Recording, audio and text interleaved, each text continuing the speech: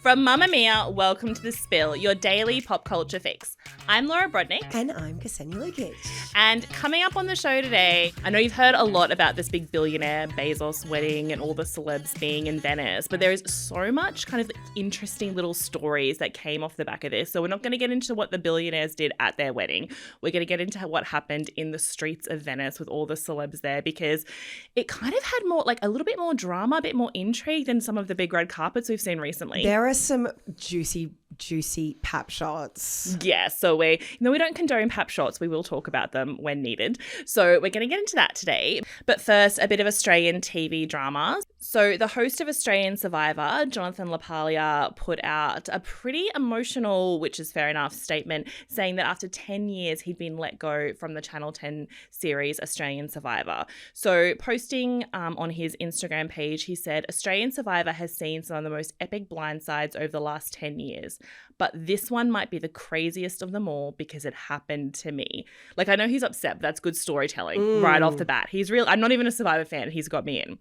He said, I received a call from the network thanking me for all my hard work and dedication to the show, but for the next season, they are going in a different direction. I hate that phrase. Yeah, well, I mean, that's what you say to kind of smooth it over when you're letting someone go.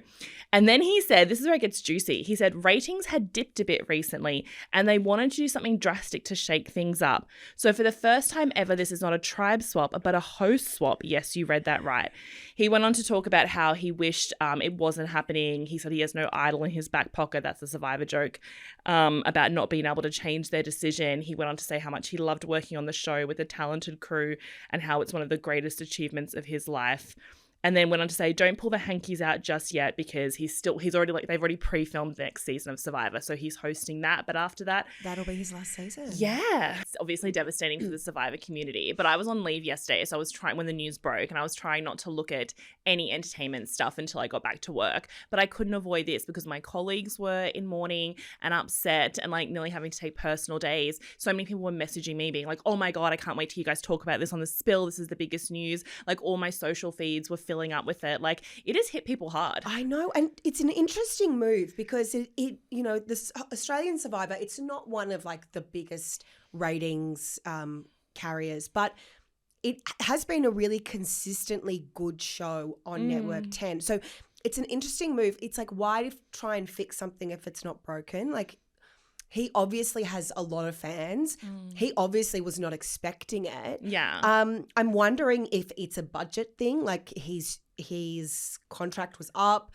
Perhaps he was too expensive and they're trying to get someone who's a little bit cheaper, because I'd say after the amount of years that he's done with Survivor, he's on a pretty good wicket. Yeah.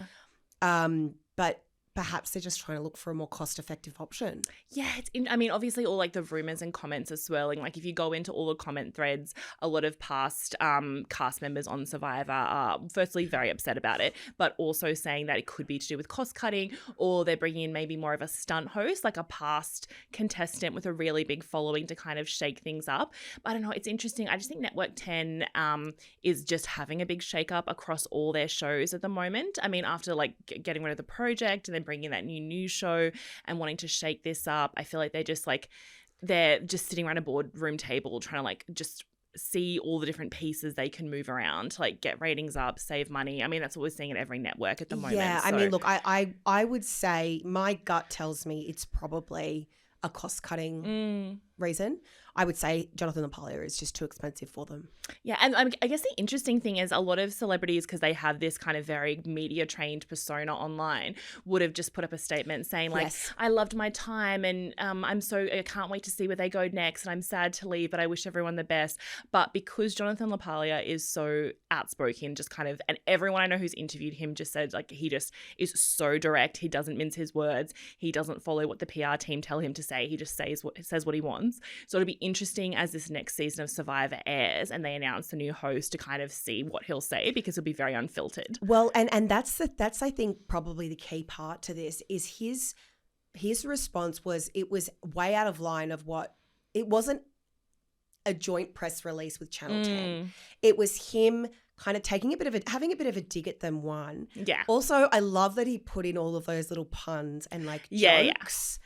about like he kind of tied it back to Survivor. You can tell he's been living and breathing this for so long. Absolutely. But yeah, I kind of respect him a lot for just saying how he felt. Oh, I do too, yeah. And being like, you know what, this came out of left field. This is not what I wanted, but there you go. This is what's happened. Yeah, we'll stay tuned for the new host announcement. I wonder how they feel if they already know who they are, seeing that post go up and knowing that their announcement will have a lot of drama around it. Whoever it is going to have some big shoes to fill.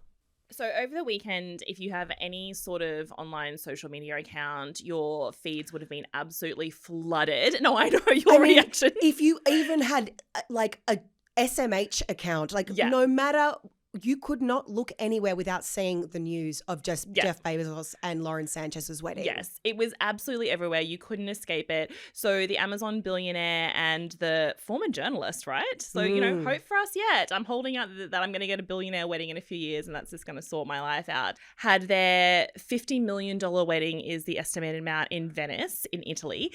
So I know that you guys last week covered a lot of like who they are and the lead up to it and all that sort of stuff. But what we need to talk about is all the celebrity guests that descended on the city of Venice. And apparently they all gave donations to the city to kind of smooth it over, but the locals were not happy about the circus. Obviously, like the infrastructure in Venice is already and also the amount of over-tourism at the moment, it's already a bit of a dicey area. People were even putting up signs and like dummies dressed as Jeff Bezos through the streets. Like they wanted the celebs gone, but they would not be deterred. Yeah. So we had a whole bunch of celebrities, and because you have to get on and off the boats to travel everywhere, there was no way for them really to, which I think they all liked because they all had their outfits and everything ready for the pap shots. There was no way for anyone to really slip out of hotels into waiting cars or anything like that. It was all very public. So is there a celebrity sighting you wanted to start with? Okay. There's a few that I really, really want to talk about. My favorite was Leonardo DiCaprio wearing a baseball cap with his tux. Yeah. He is very well known for wearing baseball caps everywhere to hide from the paps. But it makes me laugh because he's wearing a full tux, like very black tie, but then the hat is pulled, like the hat is like a black tie hat. Yeah. Which I kind of appreciate from I think him. he has them custom made. You're right. He wears them to everything. My biggest memory of his 50th birthday party that was so studded is him like slinking inside with his head down with a cap pulled so far down over his face. You could only see his little chin poking out. And I was like, Leo, we know it's you. The cap actually makes it worse. I know. It's almost like it's kind of his thing now. I have seen him at nightclubs and stuff before and he's always wearing a baseball cap. Yeah. Always. And I think it must be like a security blanket for him.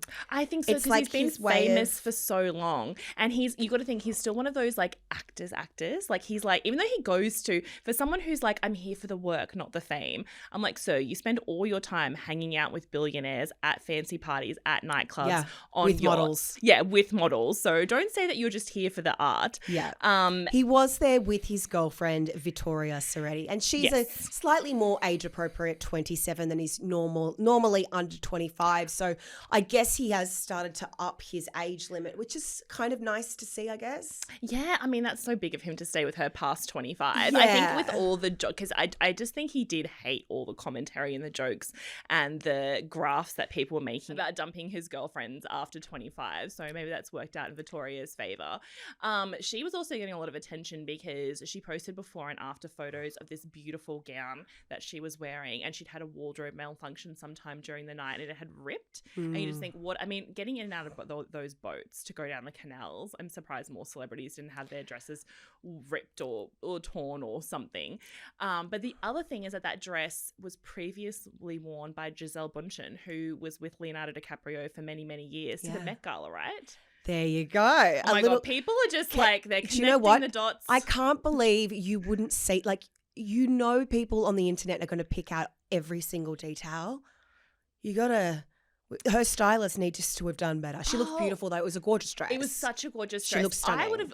To be honest, if that was the dress that I looked at the best in, when all eyes of the world were going to be on me at this big wedding, I would have just worn it and not worry about the Giselle thing. But also, she's only 27. Like, she probably doesn't even know who Gisele Bündchen is. Can you imagine? I'm sure she does, just knowing. She's probably like Giselle's vintage. Yeah, like, I mean, she wore it so many years ago at the Met Gala. I'm sure that didn't even kind of factor into her mind. And why would you think that people would connect those dots, but that's what people do with these kind of celeb moments. Okay, what was your favorite? One of your favorites? Okay. Well, I loved a little bit of there's a bit of scandal light going on. There wasn't as much scandal as we thought, obviously inside the party, but Orlando Bloom and Sydney Sweeney, that little moment. I've had a crush on Orlando Bloom since Legolas. Really? The elf, really? Okay, so I used to have all Orlando. I had an Orlando Bloom mural like on my wall. Oh, that is so cute. You know how you used to go to like the what's the shop called where you used to buy CDs? I don't know where you used to go. Like a Sanity or something. Yes, like a Sanity. I used to go in. I'm like, I don't know where you're getting your weird Legolas fan and stuff I used to from. go That's and buy, like, flick through, and any Orlando Bloom poster, I would buy it. So I had a really big Legolas one. I had a black and white one. I had one of him in Pirates of the Caribbean. Like he's hotter in Pirates. I was like a Orlando Bloom stan. Oh my God. I love how like you can just tell, like this is how you can really tell what kind of person someone is like whether you grew up as a Legolas girl or an Aragorn girl. Oh no, Legolas. Aragorn. Are you serious? The elf, he looked like, I mean, I'm sure he was lovely. He was very brave, but like I'm not. Are you kidding? But Aragorn's the hot, rugged one. Oh my God. Are we going to have a Lord of the Rings off here? Because apparently. the elves. Aragorn only looks good dirty. Yeah. No, Legolas is hot all the time. And he's a bit too ethereal for me. No, I love it. He can walk on top of the snow. That's not what I'm looking for in a lover, I have to say. You know, like he's like really sexy. You know that one where he slides off the elephant trunk? That is a little bit hot, but I don't know. He's a bit too ethereal and magical for me. He sounds like someone I want to hang out and like skip through the woods with. Oh no, so you would rather like not have like Hugo Weaving and Legolas? No, Aragorn's the hot one with the sword and the just like the beard and the ruggedness. All right, this is the Lord of the Rings podcast. Okay, now. I don't know what celebrities. I don't know what's happened here. Anyway, Legolas was in Venice. Oh my God, sorry. I also, my voice is so bad right now, and this is like making me want to like, I'm gonna cough up a lung in a minute.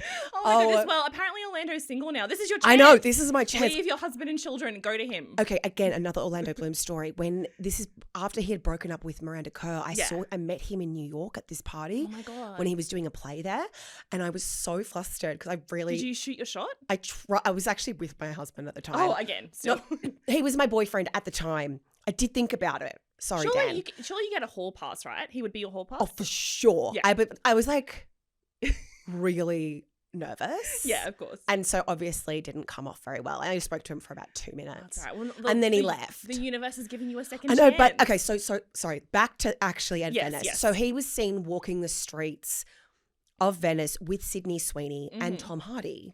Yes. So that's the thing the pictures don't show you. So there were all these rumors that Katy Perry and Orlando Bloom had ended their 10-year nearly engagement, and it was people were saying it was to do with the space flight and her dancing on stage and that he got the ick. And I'm like, guys, they've been together for nearly a decade. I'm sure it was more than that. Maybe that one of their fights escalated over the space trip. It's the paddleboard photo. Oh, yeah. There's so much lore with this couple. That's why I hope the rumors aren't true. No offense to you. No, I think they are. I think he said that like it's a new beginning. Yeah, he did say that. Well, they haven't publicly, at least at the time of recording, either of them haven't come out and confirmed the split, but it's been confirmed by a lot of reputable sources, so we think it has happened. But then he was pictured in Australia, so people thought, are they back on? But she's also touring here, and apparently their young daughter, Daisy Dove Bloom, is here in Australia. So it makes sense that he would fly over and maybe visit them. Yeah. But then he jetted off to the wedding solo, even though he's a big environmentalist, but apparently 94 private jets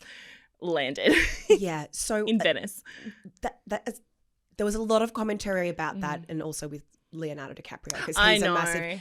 Everyone's an environmentalist. Let's just ignore that for a second and talk about. Have you seen the Pat photos? I know that we can't really show the Pat photos on here, but we'll describe them to you. He's wearing the shortest shorts I've ever seen in my life, and he's got these beautiful quads like bulging out of his shorts. Okay, and he looks so hot. And then then Sydney Sweeney's wearing this beautiful floral gown. She's got the best boobs in the business, 100%. Quite frankly. If I have to say anyone whose boobs are better, there are no boobs better than Sydney Sweeney's. Hers are great. She's got great boobs. Anyway, she's wearing this beautiful, flowy, very summery, Italian Riviera kind of dress. And they're walking together. But if you look at the shop, some people are kind of speculating that they're together. But then in a wide shot, Tom Brady's there as well, and there's like another person. So Yeah. maybe they all just met up at the wedding and were like, we're going to go sightseeing together. Yeah, that's the thing with these shots is like if you look at the close-up shots, it's like when everyone thought Jennifer Aniston and Pedro Pascal were having this intimate dinner together because it looked like they were hugging alone in a restaurant. But when you look at the wide shot, there's about 15 other people of their friends at the table. So it did look like Orlando had left his fiancée and of 10 years and his daughter, flown to Venice and immediately hooked up with Sydney Sweeney. But I don't believe that is the case. But it's also like is Jeff Bezos just friends with all of these celebrities? He's not. No way. I think it sounds like they sent out like a bit of a cattle call through all the big Hollywood like talent agencies and just got as many celebs as they could to. I know some of the celebs are their actual friends they've been pictured with. Like Lauren has been friends with the Kardashians for a really long time. So that checked out. But someone like Sydney Sweeney, I was like, this young girl in her 20s from Texas, I think she is. Like, how has she, I know she's been a big star in the industry for a really long time, but how is she becoming friends with Jeff and Lauren? I don't know. I mean, she looked beautiful on the way to the wedding. She was wearing this beautiful pink strapless gown. She looked every bit the celebrity, Yes. like absolutely stunning. It's kind of almost become a little bit, it feels a bit like Cannes to me. Yeah. This wedding. It was very Cannes coded. Yes, because there were so many big events and every event had this huge theme to it. So it was about, I think a lot of them just went to be part of, I mean, if you got invited to a $50 million wedding, I have to say like, I would 100% go just to see it and experience it, to see the foam party on that yacht that they had and to see like the pajama party they had afterwards and all these kind of crazy things. But I think for a lot of them, it was about, the media attention, the looks. And I think a lot of them had almost paid their stylist to pull as many looks as you're right, for Cannes or like for the Met Gala, like pre-parties and after parties and the red carpet. Like it had that vibe of like pulling this whole kind of couture looks and vintage looks and all these sorts of things for the wedding. Yeah. What's your, so another one of my favorite moments, it's not a celebrity moment specifically, but now I can't stop thinking about it. Yeah. Now, one of the officially released photos from Lauren and Jeff's wedding, there's only a couple of officially released photos from Vogue. Yeah. Is the photo of Lauren and Jeff just after, I'm assuming just after they got married, walking back down the aisle and, there's people clapping behind them. She's in her Dolce & Gabbana dress. He's smiling, big smiles. I've seen the photo a few times. Yeah. I didn't really think anything of it. Then I was scrolling through TikTok and saw someone say, why is nobody talking about the carpet? What's wrong? I did not even look at the carpet. I didn't even notice the carpet either. Like that's not now what I was can't looking at. unsee it. It is this horrible grey. Look at this. Oh, that looks like a tacky airport carpet. It like is- a really tiny airport where there's like not even a food court. So $50 million wedding and they have this like boardroom grey Yeah, carpet. boardroom. It is, and now I can't unsee it. And Was I'm that like, in the venue where they got married? This is where they got married. Look at these beautiful photos, the chairs, and there's this carpet. It looks like, you know how you get those squares, those square bits of Yeah. carpet that you get, the temporary carpet that they put on down Yeah, at because like they set function this centers. up. They didn't get married in a venue, right? They got married No, outside. They got married outside. So couldn't they have picked like a nice white or like Yeah, roses or like we've got $50 million here and we're putting down carpet squares? This is what happens when people with a huge amount of money and no taste plan an event. And I also say that as someone who would be who also has no rich and fancy taste, who would probably have picked a similar carpet, because you can kind of see with Lauren, like she's doing what we would do if I don't I know why- maybe you wouldn't, but I don't know. I don't see why She's- everyone is. I don't think it's that bad. I don't know why everyone thinks she's so tacky. I don't get it. Well, I did you think see she the looks invitation? nice. No, I didn't see the invitation. The invitation is wild. It looks Okay. like something that I would have made in paint in like grade 8 or something. Okay. It's got like doves and then butterflies and then flowers and like a I mean, sunburst. let her live her all life. kind of no 100% agree. I'm just saying that's what if someone said to me here's $50 million to plan a wedding, and I would lose my mind, but I also wouldn't know how to make the details look nice. Like I'd have a really tacky wedding invitation that looks like someone made it on paint. I wouldn't think about the carpet and get a grey carpet. I know, and I'd have a but- foam party on a yacht because you just don't know. But they had the same wedding planners as Amal and George. Yeah. Like, what is this carpet? And now I cannot unsee. I can't look at this photo anymore without looking at this carpet. So Guys, please go have a look at it. If I have to live with this, then you too. Speaking of some other things that people are calling tacky, I just want it on the record, I'm not saying this is tacky, because as much as I call them out, I do have a soft spot for the Kardashians, and they were all out in force. Khloe was there, and Kendall and Kylie. And so Kendall and Kylie, and then Kylie was wearing, it's hard to tell because there's so many different photos and so many events, but to one of the events, whether it was the pre-wedding drinks where you're also not supposed to wear white, or the actual wedding, she was wearing a gown that, like, I think it was silver, but it photographed white. Again, this is the Kardashians moment. If anyone's going to go full out with their wedding looks, they did. So they had, like, you know, the gowns out and the beautiful opulent looks and everything. But I think my favorite Kim Kardashian look was the one, well, there's a bit of controversy of where she actually wore this, but the after party apparently had a pajama themed vibe. And so when you saw people kind of looking, I don't think anyone actually dressed in like their full pajamas. Everyone was going very lingerie inspired. And then Kim Kardashian posted this series of photos of her in her Venice hotel room and walking through the streets of Venice in this very over the top lingerie inspired look, designed by the person I think who designed Kylie Jenner's slightly viral white silver wedding dress. So this designer was getting like a lot of fame through this weekend. And so Kim Kardashian's got like the knee-high stockings on, and then she's got almost like a corset, and her boobs are like spilling out of the top. It looks amazing. And then she's almost got like a robe wrapped around her. And there's so many photos of her that she's posted in this outfit. And it looks like she's like dressed up to go to the after party, right? So it's totally fine that she's that over the top. Apparently she didn't even go. Because if you look at the timeline, you can track when people's private jets leave. You can track private jets. Like that information is public. Oh my God, I love the internet. I love the internet so much. I want to think that the same person who tracked her jet is the person who matched Victoria's dress to Giselle. I know, I love this. There's one mastermind in a room somewhere. No matter what, there is an internet sleuth out there that will find out. Exactly. This is how people found out that Kylie was properly dating Timothée Chalamet before anything was public, because they were spotted together a few times, like in the background of like paparazzi shots, and they were so careful never to be seen again. But then if you tracked Kylie's jet, every time Timothée Chalamet had a premiere in a different city, her jet flew there. So she was like flying around. That's how we tracked it. Anyway, so another reason to fly commercial. Exactly. That's why I fly commercial. Me too. It's just so people can't track me. Yeah, so I want people to know I'm going to visit my family in Queensland and flying back, because that's the only place I go.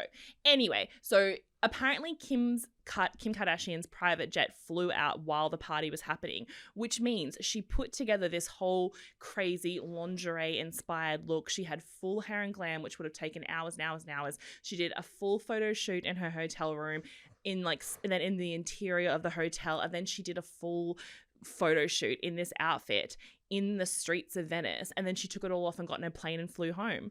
Which I don't know. I find like that is the whole point of Kim Kardashian. Like, I know she's an incredible businesswoman and reality star, but at the end of the day, the way she props up all of her fame is through essentially being like almost like an influencer and taking photos and that sort of stuff. But it just, to me, like doing the whole dress up and then not even going to the party, just that feels weird.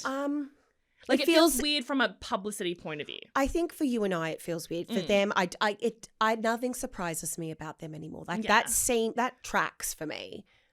Like it doesn't feel that weird to me. Like we've seen that the Kardashians, you know, get styled for walking down the street. Like we know that. Oh, doing a 3-hour, 5-hour glam shoot just to take a photo for Instagram when you're Kim Kardashian makes total sense to me. Like when I see her just wanting to take a photo in these outfits she has at home, knowing she's had 6-hour glam for the photo, that's like, to me, that's just normal and fine. I don't care about that. I think it's the pretense of going to an event that you clearly weren't at. Again, it's like when Kylie Jenner got super dressed up and did a full photo shoot at home for the premiere of the Kardashians when they first moved to Hulu, and then clearly didn't go to the event. It's just this weird kind of mystery of like, you dressed up, pretended to go, but we know you didn't go. It would have been quite refreshing to just see her in like an oversized t-shirt and her undies with a pair of like Ugg boots on, because that's what I wear to bed. Yeah, exactly. No, any kind of bed themed party wouldn't be very glam for me. It would be quite refreshing to see that, don't you think? To just see them really stripped back for once. Yeah, exactly. But she was never gonna go down that path. So we had all the celebs who were there glamming it up, having the best time. So we had a few celebrities who were not very happy about the very lavish event. So we had Rosie O'Donnell, and just like that's newest guest star, if you missed her turn as as a virgin nun, great, put up a post where she pretty much tore apart Jeff Bezos and these are her words, and his fake fembot wife, Lauren Sánchez, for their very over-the-top wedding. She said the billionaires, it was a very kind of gross excess of it all, and that it turned her stomach to see it all. And then she said something out loud that a lot of people have been saying in the comments, but she's the first celebrity to say it. She said, is Oprah really friends with Jeff Bezos? How is that possible? How could that be possible? Because Oprah was there, photographed at all the events. Apparently she was the one tearing up the dance floor till all hours of the morning. And a lot of people in the comments are really upset because they didn't think that was her vibe. They thought she would be above this. A lot of people who have demonized Jeff and Lauren for the wedding are also on this kind of thing of like, Oprah is like for the people and she's a humanitarian. How could she take part in this? I think Oprah has been around for so long. She is not a regular person. Yeah, that's anymore. what I thought too. Like she is not, Oprah is Oprah. That's all you She's need to been know. a millionaire, a multi-millionaire and like running with the billionaire club a lot longer than she's been working class. So of course these are her friends. Of course these are her people. I believe her friendship with Jeff and Lauren more so than I believe a friendship between like Leo or even Orlando Bloom. Like that makes a lot more sense to me. And maybe that disappoints some people. Yeah. But again, she's a media mogul. She has been one of the most famous women on TV, famous presenters, interviewers, journalists on TV for since the 80s. Yeah, exactly. She's going to be there. I think hers makes the most sense. Yeah, exactly. Well, at the end of the day, people being so surprised by these connections. I know I said I was a bit surprised by some of the younger Hollywood stars being there, but at the end of the day, these people are all filthy rich, and filthy rich people hang out with other filthy rich people because they're all in that world. So like, of course Oprah's there. Like these are her people, these are the people who are on her level. And I don't think it's surprising that she was kind of very front and center. And then Katie Couric, the very famed journalist and TV presenter, called Lauren Sanchez's dress tacky and she wrote this under a photo that someone else had posted, and then the whole thing's been deleted, but the internet of course never forgets. So Katie Couric said underneath the photo of Lauren Sanchez's big like bridal moment, "Welcome to the 80s when big hair and conspicuous consumption ruled." And then went on again and then everyone underneath is also calling the dress tacky. And then also Charlize Theron, who was speaking at an event in LA, said, "I think we might be the only people who did not get an invite to the Bezos wedding, but that's okay because they suck and we're cool." Fair enough. Which I love that. I think is what I would say if I was speaking at an event that weekend as well. I kind of love that. Look, everybody has their own aesthetic. Mm-hmm. And her aesthetic is Beverly Hills new money. That's her aesthetic. And that's okay. Yeah, exactly. I know it sounds like my voice is breaking, but I do really feel like it's okay. It's not my style, but I mean, she's got the boobs and the face and the very tight dresses, and you know, it's fine. I mean, well, I think why people are sort of having this big conversation around tacky, not tacky is obviously because it was everywhere, but also the dress and the whole wedding was featured in a big spread in Vogue on a digital cover, but still Vogue did a whole rollout around the wedding, and that came at the same time as it was confirmed that Anna Wintour would be stepping down as editor-in-chief, and people think they're connected. Obviously, you guys have seen the news that Anna Wintour has stepped down from Vogue. And yes, there have been some connections to the fact that maybe it was because of Lauren Sánchez. I don't think it is. Anna Wintour has been with Vogue for 37 years.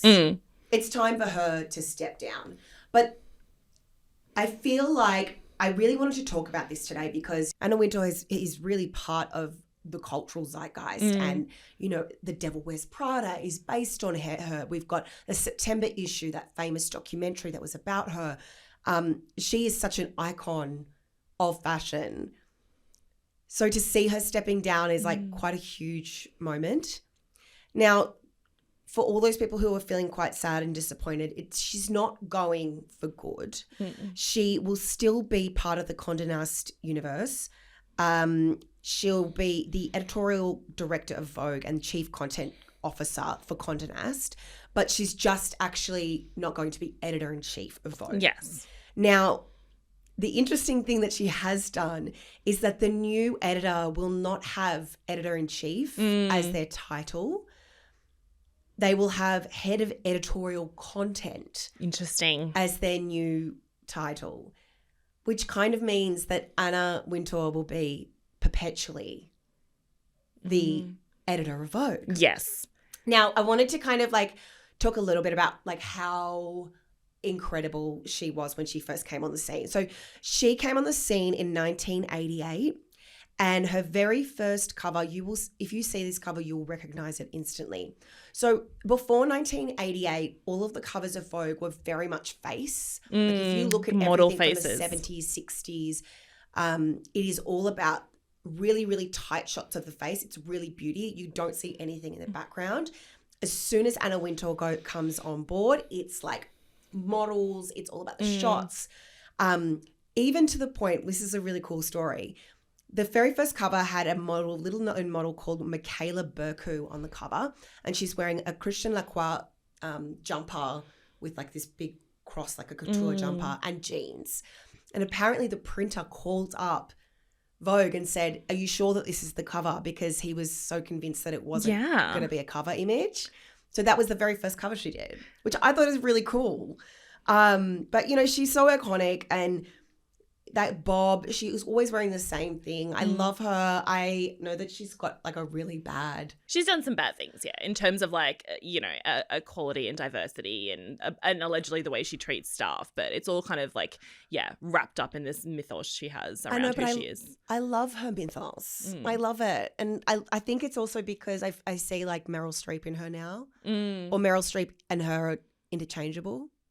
But she's a dame. She's actually Dame Anna Wintour. Oh, yeah. And I mean, that's the thing is like she's one of the few people who is like very recognizable in fashion to like, I guess, just like the plebs of the world. And I put myself in that category. People who are not sort of up on the fashion world, and this kind of mythos of like how she dresses, that she never wears black, even though like black is very much the color of people working in fashion, that she wears those big sunglasses to every event, even at nighttime on red carpets, that people are not allowed to make direct eye contact with her in the offices of Vogue, that she eats a steak for lunch every day and like mashed potatoes or like a caprese salad but without the salad, like very kind of this whole thing that she has someone come to her house every second day to trim her bob and her fringe, which dreams. That's my life goal, to have someone come to my house and trim my fringe every day. That's one of my favorite. To keep it perfect, this whole thing. And so that's kind of interesting is like people thought that the Bezos wedding ended her career at Vogue. What they think happened is that Vogue, because Jeff Bezos offered them money, that they put Lauren Sánchez on this digital cover and did a big spread, and Anna Wintour got so upset that she quit.